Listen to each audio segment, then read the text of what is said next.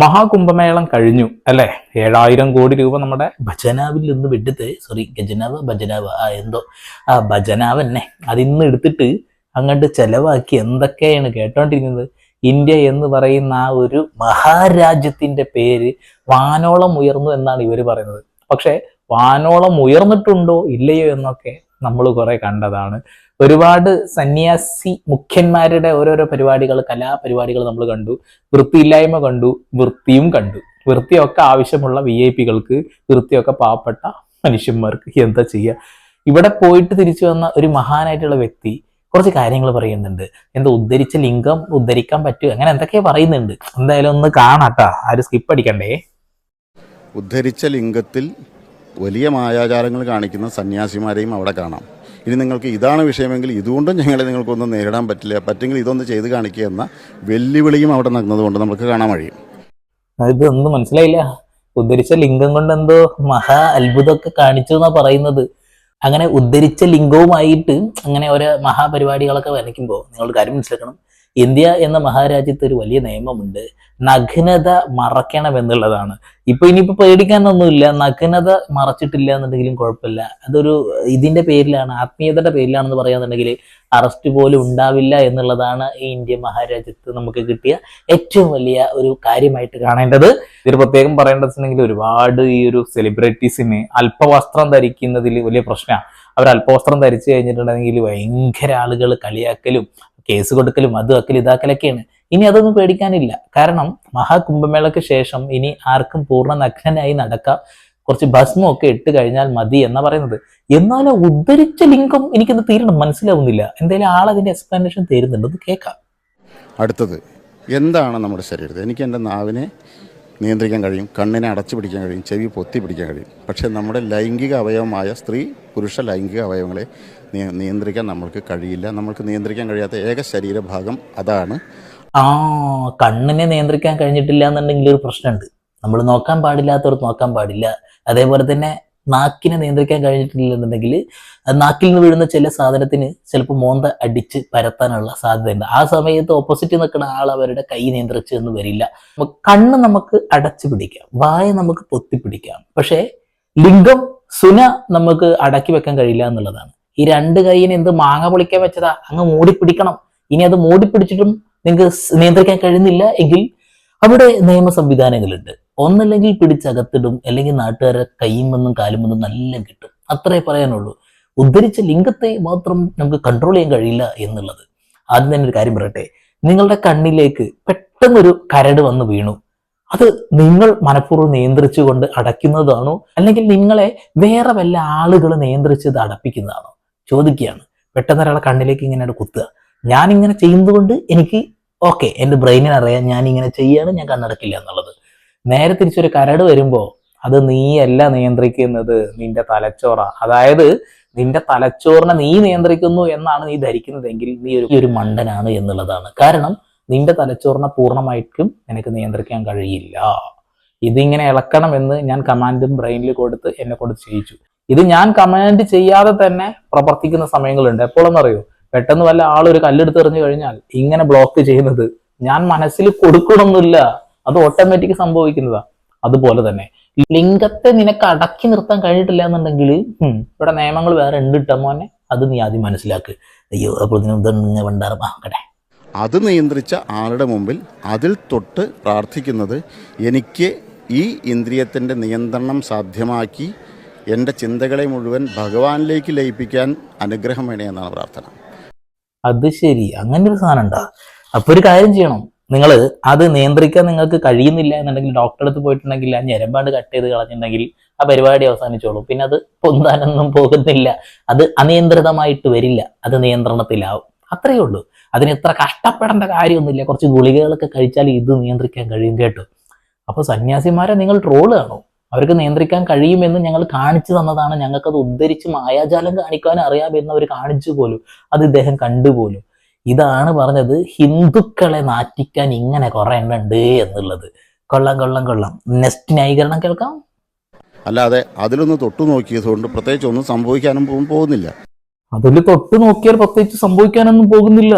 കഞ്ച അടിച്ചു കയറ്റി അതിനെ നിയന്ത്രിച്ചു എന്നാണ് ആള് പറയുന്നത്. ആ കഞ്ചയ്ക്കും അദ്ദേഹം ഒരു നല്ല എക്സ്പ്ലനേഷൻ തരുന്നുണ്ട് കേട്ടോ. അതിൽ തൊട്ട് നോക്കിയോണ്ട് വലിയ പ്രശ്നമൊന്നും വരുന്നില്ല എന്ന് പറയുമ്പോൾ അത് തൊടാൻ പോണ ആൾക്കാരുടെ അവസ്ഥയാണ് ഞാൻ ചിന്തിക്കുന്നത്. മറ്റുള്ള ആളുകളുടെ ലിംഗത്തിൽ പോയി സ്പർശിച്ചിട്ട് അത് ദൈവമായിട്ട് കാണുക, ഒരു വലിയ സംഭവമായിട്ട് ഒരു ചൈതന്യമായിട്ട് കാണുക എന്നൊക്കെ പറയുമ്പോൾ ഇത്രയും അതപ്പതിച്ചു പോയല്ലോ നമ്മുടെ ഈ ഒരു സമൂഹം എന്നുള്ളതാണ്. നമ്മുടെ ഇവിടെ ബാറിൻ്റെ മുമ്പിൽ തൊട്ട് മുണ്ടഴിച്ച് റോഡ് സൈഡിൽ കിടക്കുന്ന ഇഷ്ടംപോലെ ആൾക്കാരെ കാണാം.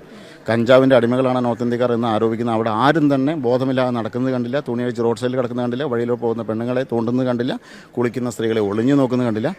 7000-ൽ പരം വീഡിയോസ്, അവിടെ കുളിക്കുന്ന സ്ത്രീകളുടെ വീഡിയോസ് ഒളിച്ചെടുത്തത് അവിടുത്തെ UP-ക്കാരാണ് കേട്ടോ. അതായത് നോർത്ത് ഇന്ത്യൻസാണ്. അവരെ അറസ്റ്റ് ചെയ്തിട്ടുണ്ട്. ഒരുപാട് ആളുകൾ അറസ്റ്റ് ചെയ്തു എന്നുള്ളത് ന്യൂസിലും വന്ന കാര്യമാണ്.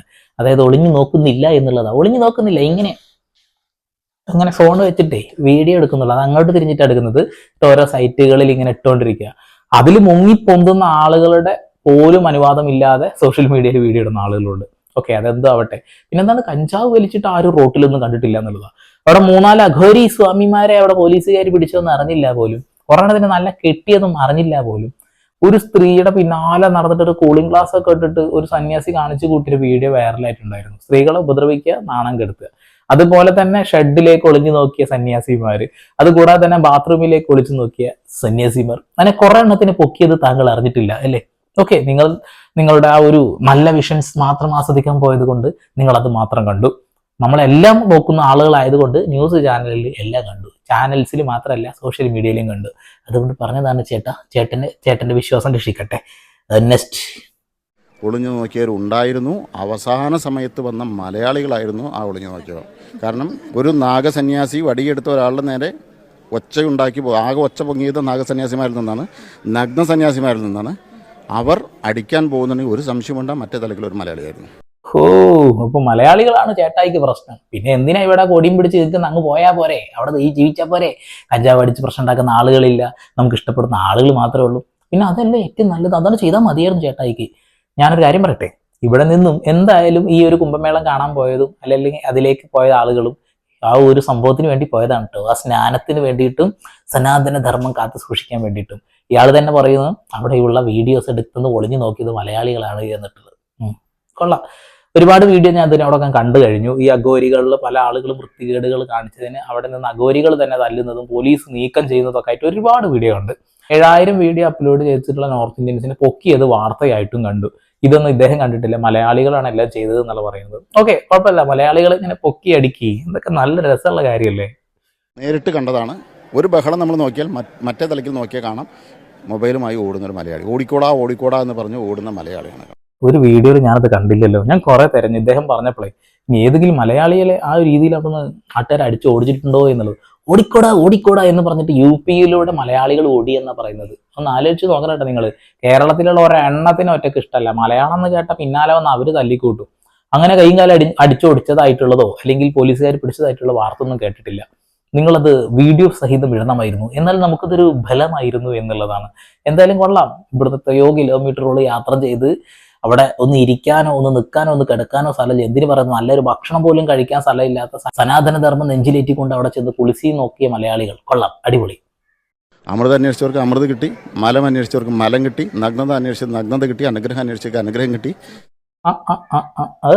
മലം അന്വേഷിച്ചവർക്ക് മലം കിട്ടി, അങ്ങനെ നഗ്നത അന്വേഷിച്ചൊരു നഗ്നത കിട്ടി. അപ്പൊ എല്ലാ പാക്കേജും കൂടി അവിടെ യോഗി സെറ്റ് ചെയ്ത് വെച്ചു എന്നാണ് ആള് പറയുന്നത്. കൊള്ളാം. അതായത് അവിടെയുള്ള സ്ത്രീകളുടെ വീഡിയോ എടുത്തത് ഒളിഞ്ഞു നോക്കിയതൊക്കെ അത് ആസ്വദിക്കാൻ വന്നവർക്ക് കിട്ടിയതിൽ ഇദ്ദേഹത്തിന് വലിയ സന്തോഷമുണ്ട് കേട്ടോ. കൊള്ളാം. ഞാൻ അവിടെ വൃത്തിയെ കണ്ടുള്ളൂ. താങ്കളോട് വൃത്തി മാത്രമേ കണ്ടുള്ളൂ. പക്ഷെ നാട്ടുകാർ വൃത്തി മാത്രമല്ല, വൃത്തിയില്ലായ്മയും കണ്ടു എന്നുള്ളതാണ്. നിങ്ങളവിടെ സ്നാനം ചെയ്യുന്ന പുഴയുടെ കരയിൽ ഇരുന്ന് അത് ഞങ്ങൾ കണ്ടിട്ടുണ്ടായിരുന്നു. അതുകൂടാതെ തന്നെ സ്ത്രീകളെ ഉപദ്രവിച്ചിരുന്ന, സ്ത്രീകളെ നാണം കെടുത്തിയിരുന്ന, പിന്നാലെ നടന്നിട്ട് നിയമലംഘനങ്ങൾ കാണിച്ചിരുന്ന ഒരുപാട് അഘോരി സന്യാസിമാരെയും അതുകൂടാതെ തന്നെ കുറെ നോർത്ത് ഇന്ത്യൻസിനെയും കണ്ടിട്ടുണ്ടായിരുന്നു. ഓക്കെ, അതുകൂടാതെ പാവപ്പെട്ട ആളുകൾ സ്നാനം ചെയ്യാൻ പോകുന്ന ആ ഒരു ചളിക്കുഴിയും VIP-കൾ കുളിക്കുന്ന നീല നിറമുള്ള ബ്യൂട്ടിഫുൾ വെള്ളവും ഞങ്ങൾ കണ്ടിട്ടുണ്ടായിരുന്നു. നിങ്ങൾ അതൊന്നും കാണില്ല. അതാണ് നിങ്ങളുടെ പ്രത്യേകത. എന്താന്ന് വെച്ചിട്ടുണ്ടെങ്കിൽ അവിടെ എന്ത് തെറ്റ് നടത്തുന്നുണ്ടെന്നുണ്ടെങ്കിലും യോഗി, BJP, സന്യാസി, സനാതനം, ഈ ഒരു സാധനം മാത്രമേ നിങ്ങൾക്കുള്ളൂ. അതുകൊണ്ട് നിങ്ങൾ ഇതൊക്കെ കണ്ണടച്ച് ഇരുട്ടാക്കും. അവിടെ നന്മയുണ്ടെങ്കിൽ നന്മയുണ്ട് എന്ന് തന്നെ പറയണം. അവിടെ ഏറ്റവും കൂടുതൽ കണ്ട വൃത്തിയില്ലായ്മയാണ്. വൃത്തിയില്ലായ്മയുടെ കാര്യത്തിൽ ഇന്ത്യ എത്രാമതാണ് കിടക്കുന്നതെന്ന വിചാരം അതെനിക്ക് ഓർമ്മയില്ല കേട്ടോ. ആർക്കെങ്കിലും അറിയുന്നുണ്ടെങ്കിൽ കമൻറ്റ് ചെയ്യണേ. അത്യാവശ്യം നല്ല പട്ടികയിൽ അടിപൊളി സ്ഥാനത്ത് നിൽക്കുന്നുണ്ട്, അതുകൊണ്ട് പറഞ്ഞതാണ്. അതുപോലെ 178 സ്ഥാനത്തായിട്ടാണെന്നുണ്ട് സമാധാനമുള്ള രാജ്യങ്ങളിൽ ഇന്ത്യ കിടക്കുന്നത്. 178 നല്ല നമ്പറാണ്. ഓക്കെ, ഫിൻലാൻഡാണ് 1ാം സ്ഥാനത്ത് നിൽക്കുന്നത്. അപ്പൊ സമാധാനമില്ല, വൃത്തിയില്ലായ്മയുണ്ട്, തൊഴിലില്ലായ്മയുണ്ട്, വിദ്യാഭ്യാസമുള്ളവരും ഇല്ലാത്തവരുടെ എണ്ണം കൂടിക്കൂടി വരുന്നു. ഇവിടെ അന്ധവിശ്വാസം പരത്തുന്ന ആളുകളുടെ എണ്ണവും കൂടുന്നു. അതുകൊണ്ടൊക്കെ തന്നെ ഇന്ത്യ എന്ന് പറഞ്ഞ മഹാരാജ്യം അങ്ങ് പിന്നോട്ട് സഞ്ചരിക്കുന്നു. മറ്റുള്ള രാജ്യങ്ങൾ മുന്നോട്ട്. ഓക്കെ, എന്തായാലും ചേട്ടായി പറയുന്ന കാര്യം എന്ന് വെച്ചാൽ ലിംഗം അടക്കി നിർത്താൻ കഴിയും ഞങ്ങൾക്ക് എന്നുള്ളതാണ്. ലിംഗം എങ്ങാനും നിങ്ങൾക്ക് അടക്കി നിർത്താൻ കഴിഞ്ഞിട്ടില്ല എന്നുണ്ടെങ്കിൽ ഇവിടെ പോലീസുണ്ട്, നിയമ സംവിധാനങ്ങളുണ്ട്, അവർ അടിച്ചങ്ങ് താത്തി തന്നോളും, അങ്ങ് കൊണ്ടയിടും ജയിലിൻ്റെ ഉള്ളിൽ. UPയിലാണ് ഏറ്റവും കൂടുതൽ ക്രൈംസ് റിപ്പോർട്ട് ചെയ്യുന്നത് എന്നുള്ള കാര്യം എല്ലാവർക്കും അറിയാം. ഏറ്റവും കൂടുതൽ മതപരമായിട്ടുള്ള പ്രശ്നങ്ങൾ ഉണ്ടാകുന്നത് UPയിലാണെന്ന് എല്ലാവർക്കും അറിയാം. നോർത്ത് ഇന്ത്യൻസിനെ വീട്ടിൽ പോലും കയറ്റാൻ കഴിയാത്ത രീതിയിൽ വൃത്തികെട്ട കുറെ എണ്ണം ഉണ്ട് എന്ന് നമുക്കറിയാം. എന്നിട്ട് പോലും അവരെ ന്യായീകരിക്കും. നല്ലതാ. മലയാളികളാണ് ഇവിടെ നിന്ന് അങ്ങോട്ട് പോയിട്ട് കുളിസീനെടുത്തത്. അതായത് 7000 വീഡിയോ എടുത്ത് കുളിസീനിട്ട് മലയാളികളാണെന്നാണ് ആള് പറയുന്നത്. ആളൊന്നും അറിഞ്ഞിട്ടില്ല എന്നുള്ളതാണ്. യോഗിയെ സപ്പോർട്ട് ചെയ്യാൻ വേണ്ടി എന്തെങ്കിലുമൊക്കെ ഒന്ന് പറയണ്ടേ. അപ്പോൾ നിങ്ങളുടെ അഭിപ്രായങ്ങൾ കമൻറ്റ് ചെയ്യുക. നിങ്ങൾക്ക് നിങ്ങളുടെ നിയന്ത്രിക്കാൻ കഴിഞ്ഞില്ല എന്നുണ്ടെങ്കിൽ ഡോക്ടറെ കാണിച്ച് ഒരു ഗുളിക വാങ്ങി കഴിച്ച് അത് എന്നേക്കുമായിട്ട് അവസാനിപ്പിക്കാൻ കഴിയുമെങ്കിൽ അത് ഏറ്റവും നല്ലത്. പോലീസുകാർക്കൊരു ഇതുണ്ടാക്കി വെക്കല്ലേ എന്ന് മാത്രമേ പറയുന്നുള്ളൂ. അപ്പോൾ വീണ്ടും വരാം. കുറെ അന്വേഷിച്ചുകൊണ്ടിരിക്കുകയാണേ, മറ്റുള്ള വീഡിയോസ് കിട്ടുന്നില്ല. അപ്പോഴാണ് ഇത് തലയെ കുടിക്കിയത്. ഒന്നും നോക്കിയില്ല, നിങ്ങൾ കണ്ടിട്ടു. അപ്പോൾ വീണ്ടും വരാം പുതിയ വാർത്താ വിശേഷങ്ങളുമായി. ഇതുവരെയൊക്കെ സന്ദീപ് പോൾ സൈനിങ് ഓഫ്.